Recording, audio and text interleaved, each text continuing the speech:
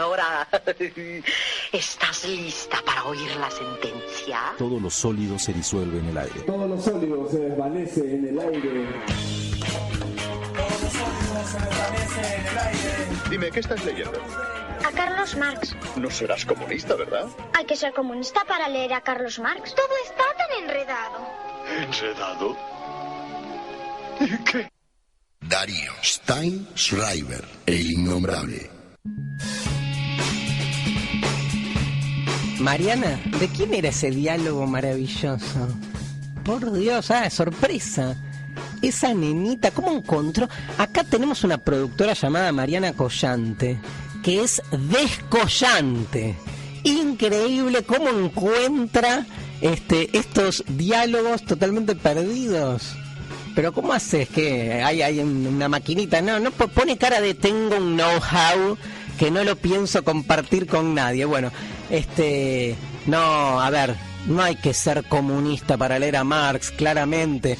Qué bueno que una niña lo pueda preguntar, siempre la niña y la pregunta ingenua. La frase es una frase bastante reconocida, sobre todo en el mundo académico, intelectual, porque hay un libro de los años 80 de un sociólogo norteamericano muy piola que se llama Marshall Berman, que toma la frase y la utiliza como título de un libro para analizar lo que él llama la experiencia de la modernidad. O sea, la frase nos remite a un problema concreto que es el problema de la modernidad. El tema de la modernidad no es un tema solamente de Marx, pero Marx pega un giro interesante en la conciencia que el hombre tiene de sí mismo de lo que es este nuevo fenómeno temporal bastante concreto que es el de la modernidad. Marx básicamente nos habla o nos enuncia esta frase en un libro bastante singular, El Manifiesto Comunista. Uno de esos libros en los que Marx tiene como destinatario no a un público erudito, sino al gran público, por decirlo así, como todo manifiesto, tiene un fin político y un fin de divulgación.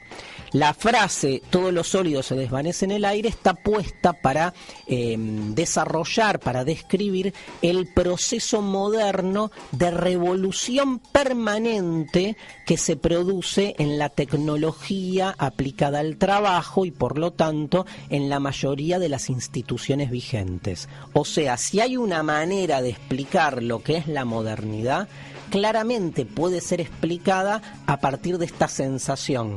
La sensación de que todas las viejas estructuras de las que provenimos, las estructuras, vamos a usar la palabra justa, tradicionales, empiezan a resquebrajarse. De hecho, la frase se completa así: todo lo sólido se desvanece en el aire, todo lo sagrado se profana.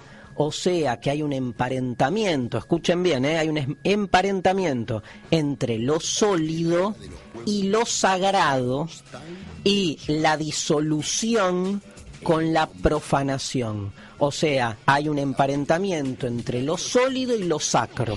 En la modernidad parece que todo lo sagrado, todo lo sólido, todo lo que tiene entidad empieza a revolucionarse todo el tiempo. Seguimos después de este corte. En la hora de los pueblos, Darío Steinschreiber es el innombrable. Pasando el mercado. La bolsa porteña sigue rompiendo marcas. El índice Merval. Pasando la comisaría. Retírense del predio, no queremos proceder al desalojo. Pasando la iglesia. Y en la misma plaza en la que Juan Pablo II hizo un llamado a luchar contra el comunismo hace 25 años. Pasando el banco. El que depositó dólares recibirá dólares. Este gobierno que sufrió 6 corridas bancarias. Pasando la municipalidad. ¡Arriba la Argentina! ¡Vámonos, jóvenes! Pasando el mercado, la comisaría, la iglesia, pasando el banco, la municipalidad. Siempre está la plaza. Quédate en la plaza. Quédate en la plaza. Radio Madre. Volvemos a la frase de Marx y volvemos a escuchar el gran hallazgo de Mariana Collante. Y ahora, ¿estás lista para oír la sentencia? Todo lo sólido se disuelve en el aire. Todo lo sólido se desvanece en el aire. Dime, ¿qué estás leyendo? A Carlos Marx. No serás comunista, ¿verdad? Hay que ser comunista para leer a Carlos Marx. Todo está tan enredado. ¿Enredado? ¿Y qué?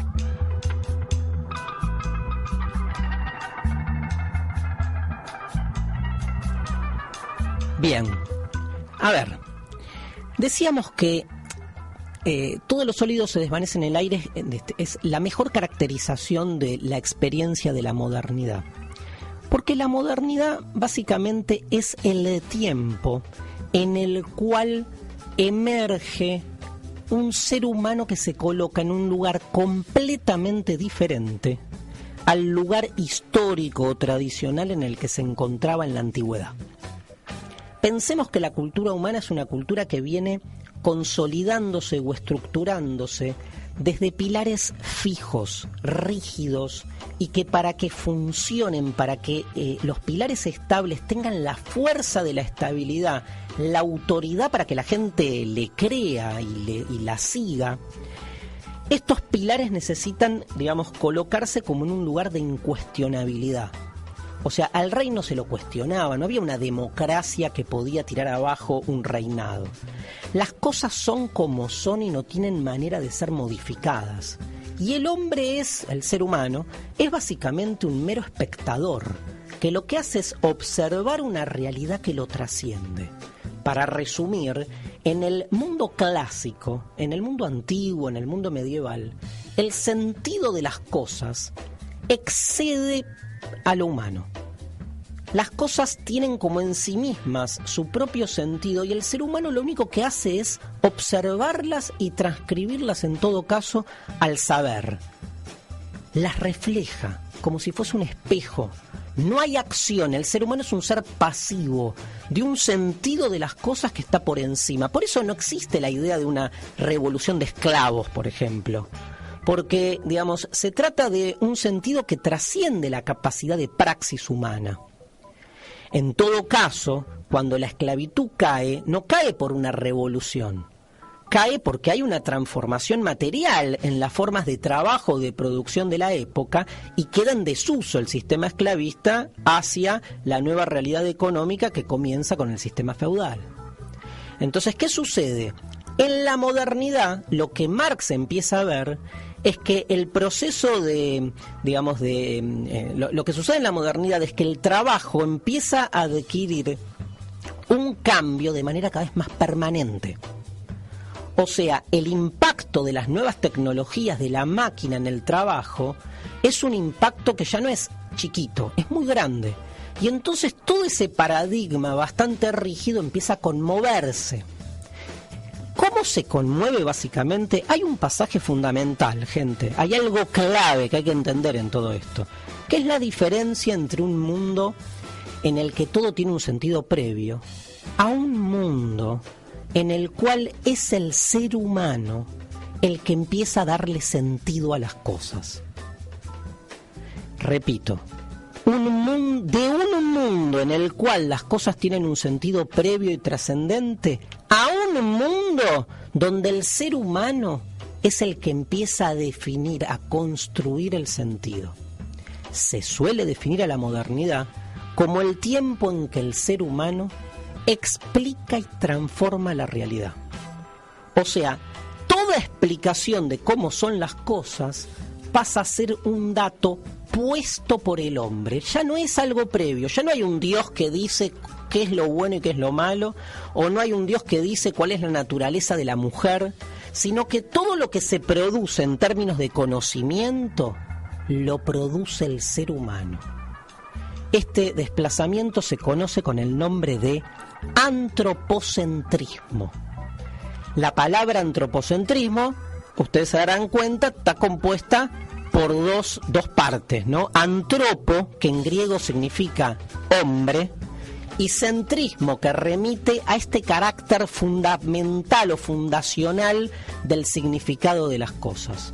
Para decirlo en criollo, antropocentrismo significa que las cosas no son lo que son, sino lo que somos. Miren qué diferencia. Antes las cosas eran lo que eran con independencia del ser humano.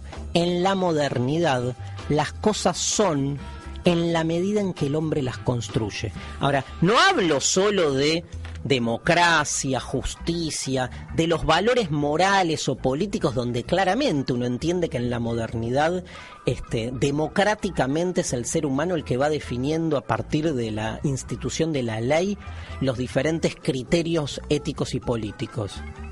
Estoy hablando de algo mucho más profundo. Estoy hablando de cuestiones incluso metafísicas, de cuestiones que hacen a esa realidad cotidiana que nos rodea. Por ejemplo, doy un caso concreto, digamos, toda teoría acerca de por ejemplo, de lo que es un color, ¿no? Para ir a una filosofía bien abstracta, nosotros pensamos que los colores son propiedades de las cosas.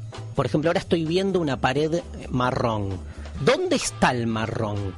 ¿Está en la pared o está en mi ojo?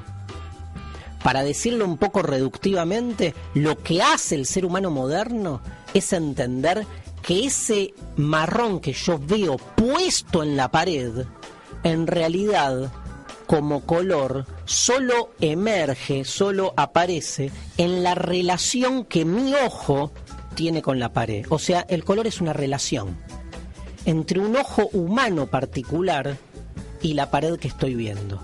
Estamos descentrando la realidad, estamos quitándole a las cosas su sentido implícito y se lo estamos colocando ahora en el ser humano que con su praxis, con su acción, va construyendo sentido. Bueno, les queda claro a todos que este tipo de desplazamiento genera realmente una sensación de resquebrajamiento infinito. Los grandes valores universales se nos empiezan a conmover. Nada empieza a poder sostenerse desde cierta naturalidad, porque si es el hombre el que le otorga sentido a las cosas, el sentido puede cambiar. Si el sentido de las cosas nos excede, entonces es imposible cualquier cambio. Pero si el sentido de las cosas depende de nosotros, todo, desde lo moral hasta lo metafísico, desde lo más cotidiano hasta lo más existencial, todo puede transformarse. A tal punto que la pregunta que se empieza a abrir con la modernidad es la siguiente: si es el hombre ahora el que transforma la realidad o el que la construye, la pregunta que, digamos, se nos vuelve introspectiva es: ¿cuál hombre? ¿Cuál es el hombre que construye la realidad? ¿El hombre macho? ¿El hombre europeo? ¿El blanco? ¿El sujeto burgués?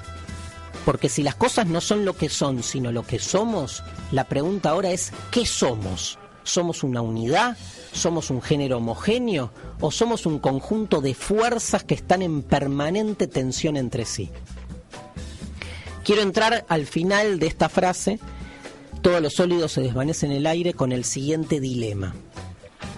Nietzsche dice en La Gaya Ciencia que Dios ha muerto y que con la muerte de Dios el hombre empieza a caer infinitamente y que tal vez la única manera de salvarse sea volverse él mismo su propio Dios. La cuestión es muy concreta: ¿se gana o se pierde en el pasaje del mundo clásico o tradicional al mundo moderno?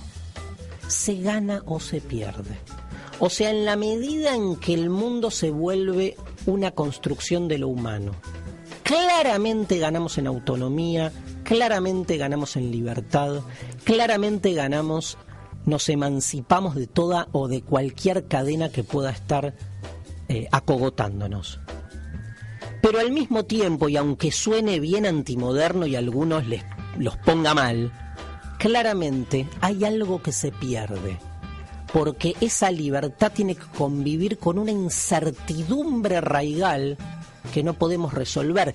Cuando todo sentido era trascendente y previo a lo humano, por lo menos había una tranquilidad espiritual básica de la que las cosas eran como tenían que ser.